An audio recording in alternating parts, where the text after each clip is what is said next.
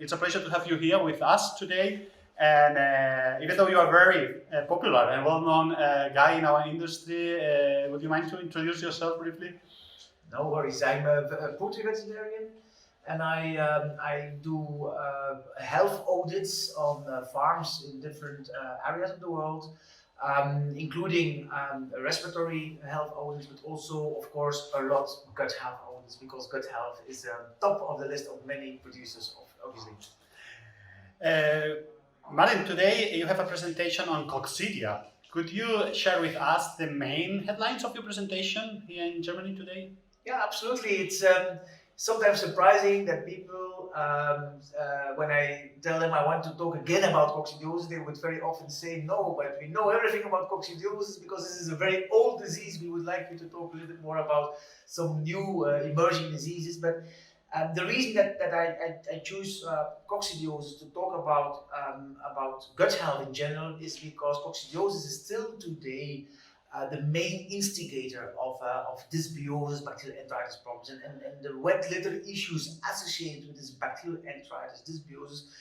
Yeah, it's inconvenient for the farmers, but it's in the first place, it is the main reason why we lose feed conversion rate. And whenever we talk about poultry industry and we want to make it profitable, we have to focus on feed conversion rate. So for me, if you want to focus on feed conversion rate, you have to talk about enteritis problems, you have to talk about coccidiosis, because if you don't deal with the coccidiosis, all the other efforts that you make, nutritional, with your additives, it will be a bit of a lost effort. Okay? So that's why coccidiosis is for me still the starting point for good gut health management.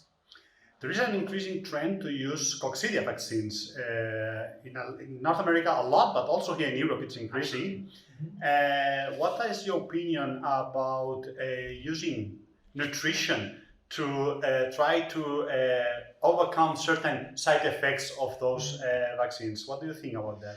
Well, vaccines are a great additional tool to our toolbox to deal with coccidiosis, but they have next to all the positive features of being able to restore the efficacy against ionophores and chemicals, the fact that they are biological compounds without residues and so on, no withdrawal time, they do have one negative side effect. That is that they need replication, so live replication, in order to stimulate the immune system. And the consequence of that is that whenever you use a live coccidiosis vaccine, you will have a mild subclinical coccidiosis, mainly early in life, around 2 weeks to 3 weeks of age.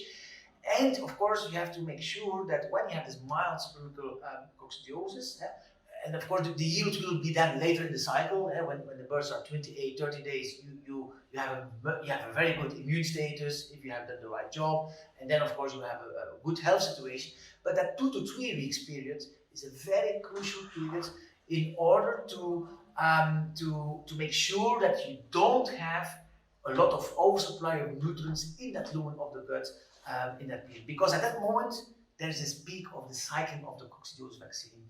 So with your nutritional strategies, you have to make sure that in this period, you really support that digestion and absorption of the nutrients. Okay, thank you, Maarten. Could you just, in a couple of statements, summarize or give us 2 take-home messages? Yeah, absolutely. I would say if you want to boost your performance in your poultry industry, have a look at your gut health, because gut health is the key driver for a profitable poultry business.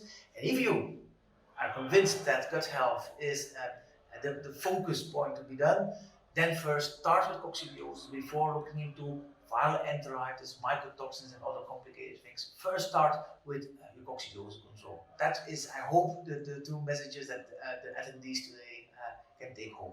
Thank you very much, Maarten. It was a pleasure. Thank you. It's my pleasure.